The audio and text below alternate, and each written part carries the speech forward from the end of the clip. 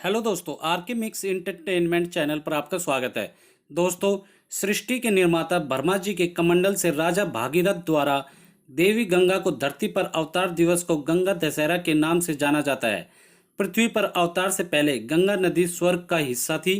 गंगा दशहरा के दिन भक्त देवी गंगा की पूजा करते हैं और गंगा में डुबकी लगाते हैं और दान पुण्य, उपवास, भजन और गंगा आरती का आयोजन करते हैं। मान्यता है कि इस दिन मां गंगा की पूजा करने से भगवान विष्णु की अनंत कृपा प्राप्त होती है। हिंदू धर्म में तो गंगा को देवी मां का दर्जा दिया गया है। यह माना जाता है कि जब मां गंगा स्वर्ग से पृथ्वी पर अवतरित हुई तो वह ज्येष्ठ मास के शुक्ल पक्ष की 10वीं तिथि थी। तभी से इस तिथि को गंगा दशहरा के रूप में मनाया जाता है।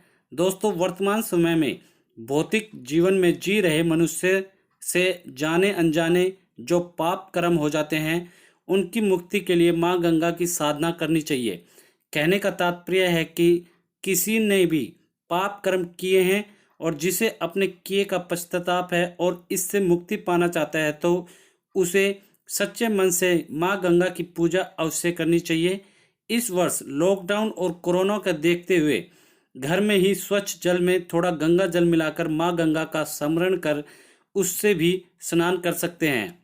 दोस्तों, दुनिया की सबसे पवित्र नदियों में से एक है गंगा।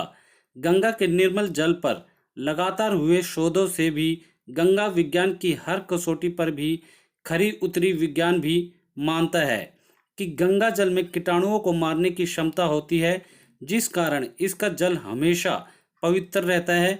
हमारी सनातन संस्कृति में गंगा को मां का स्थान दिया गया है। सदियों से समस्त मानव समाज इस मां रूपी पवित्र जल का उपयोग करता है और हमें इसके लिए अपनी गंगा मां का कृतार्थ होना चाहिए। किंतु पिछले कुछ वर्षों में हमारे देश में विकास के नाम पर जिन प्राकृतिक संसाधनों का अंधाधुंध दोहन किया गया है, उनमें गंगा नदी जल के साथ कई प्रदूषित तत्व मिलाए गए और मिलाए जा रहे हैं।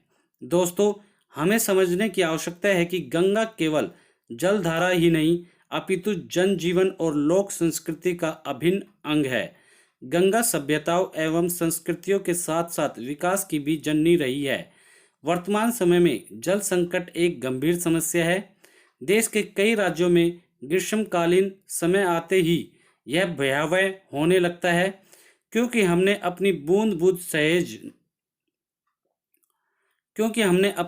बूंद बूंद सहेजने वाली पूर्वजों की जल संस्कृति को तिलांजलि दे दी है। वर्तमान समय में जल ही दोहरी समस्या है। एक तो पर्याप्त मात्रा में पेयजल बचा नहीं है और जो बचा हुआ है उसका रूप, रंग और स्वाद तेजी से बदल रहा है और इन परिस्थितियों के लिए जिम्मेदार एकमात्र इंसान है और हमें इस बात को गंभीरता से समझना होगा। दोस्तों, चंद्रमा जल तत्व का कारक है।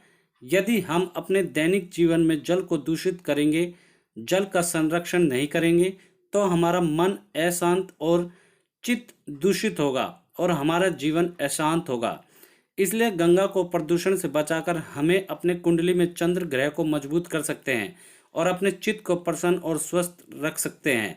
गंगा दशहरा में हम सभी को यह संकल्प लेना होगा, गंगा की सफाई स्वच्छता में हम सभी पूर्ण सहयोग करेंगे, क्योंकि गंगा की सफाई हेतु हम सबका एकीकृत होना वर्तमान की एक बड़ी जरूरत है और सही मायने में यही माँ गंगा की सच्ची सेवा और उपासना होगी। तो दोस्तों, उम्मीद करता हूँ इस वीडियो में मैंने आपको गंगा दशहरे से जुड़ी सारी जानकारी अच्छे से दे दी होगी। दोस्तों, वीडियो अच्छी लगी तो इसे लाइक करें, मैक्सिमम से मैक्सिमम इसे हर जगह शेयर करें ताकि सबको इस यूजफुल जानकारी के बारे में पता चल सके। और कमेंट बॉक्स में आप हमें हैप्पी गंगा दशहरा लिखना ना भूलें। दोस्तों, गंगा दशहरा की शुभकामनाएं जरूर लिखें दोस्तों, ताकि सभी को यूट्यूबर्स जो भी हैं उनको ये मिल सके। और दोस्तों, इसी के साथ यदि आप मेरे चैनल पर नए हैं तो सब्सक्राइब बटन को दबाकर मेरे चैनल को सब्सक्राइब करें और न्यू नोटिफिकेशंस के लिए बेल आइकन पर क्लिक करें ताकि आपको ऐसी ही वीडियोज़ टाइम टू टाइम और सबसे पहले मिल सके। धन्यवाद दोस्तों, जय हिंद।